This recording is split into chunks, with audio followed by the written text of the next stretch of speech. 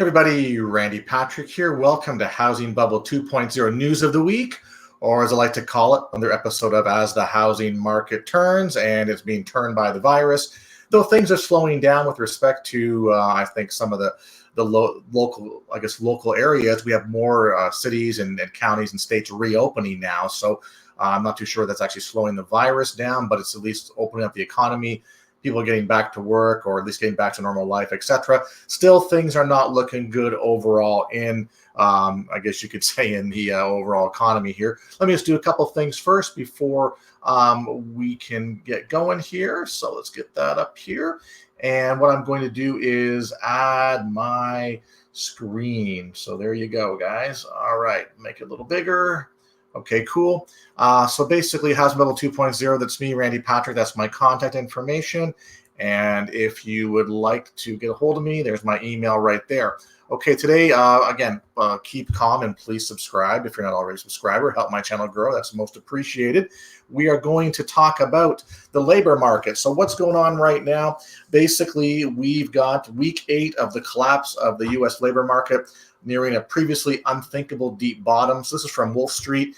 And, I'm not too sure if you guys go to this site. He's got some good information on the economy and on housing. So basically, we're looking at the past week, last reported week, 2.98 million initial claims for the week ended May the 9th, according to the U.S. Department of Labor, which puts us at, as he says, a gut-wrenching 36.84 million people who basically are looking for work. That's the unemployment claims that we've seen so far. So this is a much better situation. You can take a look at the situation, the graph. You can see what the scoop is there. So that's a lot of people who are, have filed claims. That's 36.4 million people. I go back to earlier when the coronavirus first hit. Moody's Economics was predicting maybe 30 million people. So we've blown by that right now.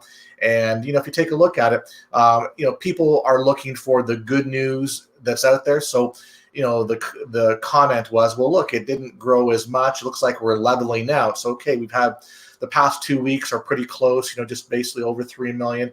Just under 2 million. That's still a lot of people, all right? And as time goes on, we're probably going to see, another at least 1 million to 2 million plus more people per week the next few months. So it's going to get worse before it gets better.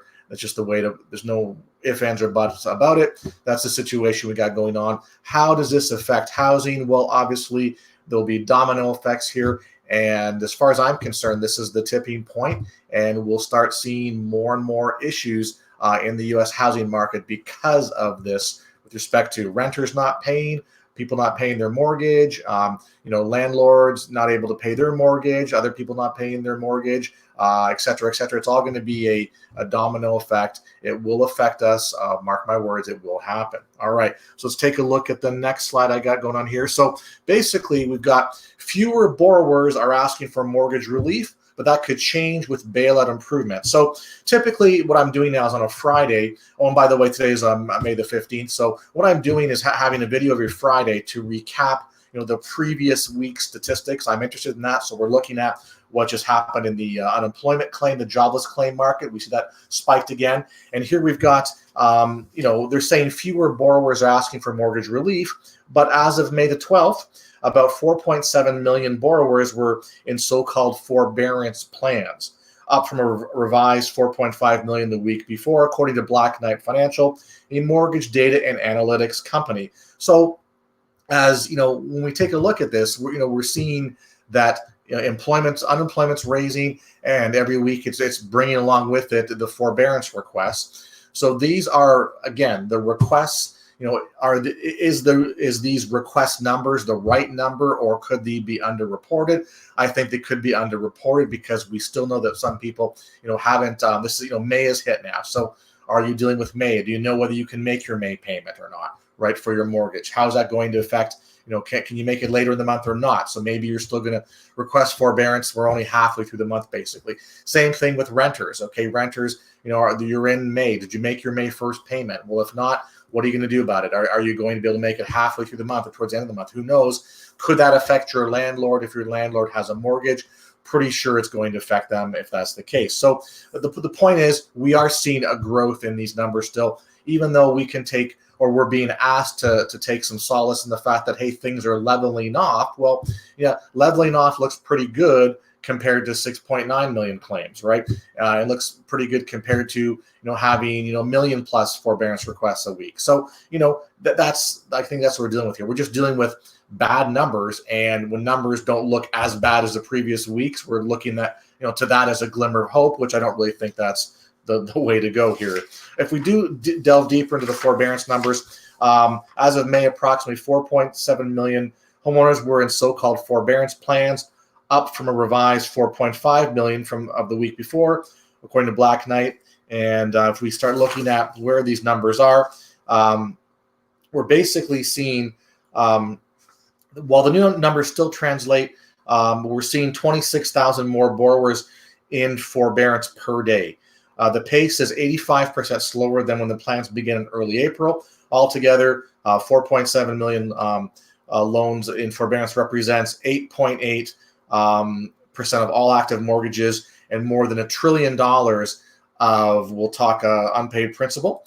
And you got roughly 7% of all Fannie Mae and Freddie Mac loans in forbearance, and 12.4% of all loans backed by Ginnie Mae, FHA, are in forbearance as well too. So that's a lot of people not paying their mortgage or asking for forbearance. So let's take a look at the next slide here. And this is important, okay, because again, if you're a headline hunter, which is what I'm calling people, because a lot of people will comment on my channel or text me and say, oh, what about this? What about that? Because all we've done is we've looked at a headline and said, oh, guess what? Fannie Mae and Freddie Mac, they're taking care of us. Look, borrowers in forbearance can defer all missed payments until the end of the loan. Great news. Okay, the GSEs unveil new payment deferral option for loans in forbearance. Great news. Everything's okay. Well, you know what? Everything is not okay, because how I look at things is read the fine print. All right. Maybe I'm living in the past, but I realize and I know what happened to many, many homeowners back in the last housing crisis, where, first of all, there wasn't even this information out there, number one, and they weren't able to read the fine print, and they weren't being serviced by their lenders. They were bait and switched, and promises were made that weren't kept. There's a lot of confusion, et cetera, et cetera. I still do think there's some confusion in the industry right now. We hear that people are getting negative reporting on their credit reports, and that shouldn't happen. We're hearing the fact that, apparently forbearance is not supposed to impact me whatsoever, but I'm trying to refi my property, and now I'm being denied a refi, or they won't process it because it's showing I'm in forbearance. Oh, we didn't know that. You see, so a lot of these things that are touted as maybe good things for homeowners or saving the industry, initially, again, paying lip service or basically just quelling fears and keeping the anxiety and panic level down. When we're quick to say things, other things manifest as time goes on. So this is what's going to happen. So for me, I look at it going, the housing industry, the people that are involved in the housing industry, Fannie and Freddie, the government, the big lenders, all the people who gain and profit from you buying you buying a house and you taking a mortgage, and they sell those mortgages as mortgage-backed securities and make money, etc. So what they're trying to do is basically make us feel that it's okay, we're taking care of this. Go about your business. Go about and buy those homes. We want to see prices rise still. Mortgage rates are at record lows again. So go out there, jump on it. So it's the conflicting industry information that I don't particularly like or enjoy, that's causing some havoc with a lot of homeowners out there and people who are looking to buy. So the problem is, you got to look through and read through the whatever the rhetoric and get to what it really boils down to. So this is where it really boils down to right here. So basically, this is a important, we'll call it part of the, I guess you could say, presentation here. I'm going to make this a little bigger, go to front full screen. All right. So right now, this is what we're looking at. And, Fannie and Freddie Mac announced Wednesday that they are rolling out a new payment deferral option for borrowers in forbearance. Under the new program, borrowers who took forbearance due to coronavirus-related issues will not have to repay their missed payments until the borrower sells their house, refinances their current mortgage, or their mortgage matures. Okay, so that's really good. So basically what we're hearing is that, okay, I can go to forbearance, I can miss all these payments, and Fannie or Freddie are going to put this at the back of the loan, and I don't have to pay a dime when my 12-month or 6-month forbearance is over. Great deal. Love it, guys. This is wonderful. Well, that's the headlines. That's the first part of the information. When you delve into it a little deeper, we realize that the issue is that forbearance is not forgiveness. Therefore, borrowers in forbearance have to repay their missed mortgage payments one way or another.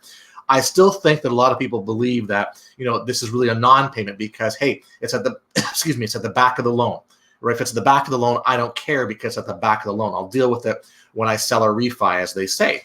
All right. Well, the option is for homeowners who have completed a COVID-19 related forbearance plan and are able to continue making their full monthly contractual payment, but cannot afford a full reinstatement or a repayment plan to bring the mortgage loan current, Fannie Mae said in the release.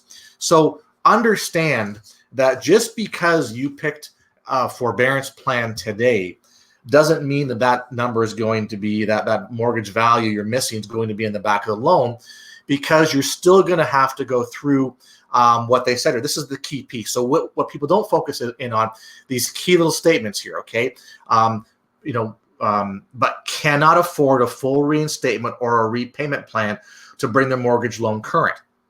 So what this basically is telling us is that putting it at the back of the loan is not 100% guarantee, because when your forbearance plan is over, what they're going to do is they're going to say, okay, let's go through the loan mod process. Let's go through the reinstatement process. Let's see what we can do to make this work. All right. So if you can afford to make it work, they're going to make it work, and you may have to start paying more, right away, just the way it is, or come to a repayment plan where you're putting a little bit extra a month for 2 or 3 years. Okay. It's only if you can't afford to bring the mortgage loan current or do something under their terms, they're going to throw it in the back. So how would this affect a homeowner? Well, the homeowner would still be unemployed, really have a poor financial situation, not have any savings, and their monthly, they can't even afford their current monthly payment, let alone adding a little bit extra on to sort of recoup what was lost in the forbearance. So if that's the situation, chances are the forbearance will be over. You can't qualify for, reinstatements or repayment plans or loan modifications. Then we start the foreclosure process. So that's all I'm trying to say here, is the fact that, this is great. And I know that people are going to go, oh, no. Fannie and Freddie said we're putting this on the back of the loan. Everything's good. Well, that's what Fannie and Freddie said. Okay. Other people who don't have loans backed by Fannie and Freddie aren't going to have that option. They're going to have to deal with their own options that are presented to them from their own lender. All right. If it's not a GSE backed loan. But the point is, there's going to be some sort of process where a homeowner is going to have to go through and go, hey, you know what? You need to look at these options first before we automatically put that to the back of the loan. In my mind, I'm basically going, it's just like a foreclosure process. Like, in other words, if you didn't pay your mortgage for 12 months, but you didn't go on the forbearance plan, you still owe that money. It still is added to in theory, what you owe on the loan, and you just fall into the foreclosure process, you see? So really, all the forbearance is giving you a glimmer of hope that maybe you could defer some of those payments if you are able to jump back onto your mortgage under the same terms and conditions, basically, as it was when this happened. And that's not really clear, you see? So in other words, you got to be able to pay your mortgage. So if you're paying $1,200 a month all in, once forbearance ends, if you can pay that right now and go forward in 12 months from now, good for you. They're going to push to the back. If you can't do that, then everything changes. So I know I sound like a broken record here, but what I'm trying to do is basically just make sure people understand that, headlines are headlines, and you got to read the fine print. And I really believe that this is just deferring a problem. It's just quelling fears. It's lip service to homeowners. It's, telling the general public and the industry what the industry wants to hear. It's making people say, hey, don't worry about things. We're being taken care of. And in the end, it's going to be, what do I always say? We're going to see probably, for me, how would I put it? I mean, we're probably going to see, this, don't take the bait. This is going to be another bait and switch mechanism going on, in the end. But we'll see what happens. Okay. So again, my opinion on this, I don't want to get too deep into it, but when you have, 30, almost, it's the number of the unemployment now. When you have almost 37 million unemployed, when you have approaching 5 million, you could say forbearance requests that are counted. What about the ones that aren't counted, the people that aren't paying, that aren't under any sort of, peg count, statistical count? We're probably over 5 million people not paying their mortgage right now, even a bit more than that. This will lead to problems. All right. So that's the scoop for this. Just wanted to say thanks for listening. I'm going to try to move these a little, instead of having 35-minute videos, I'm going to have, some quicker ones, maybe do a couple topics as opposed to 4 or 5 or 7 or 8 articles. It is what it is. So for me, I know what's going to happen in the future. If you're interested in what's going to happen, certainly drop me a line, and you can see what's going to go on in the future. We're already preparing for it and working towards what's going on in the next couple months, let alone the next 6 months, 12 months, and next year. All right. So please keep that in mind.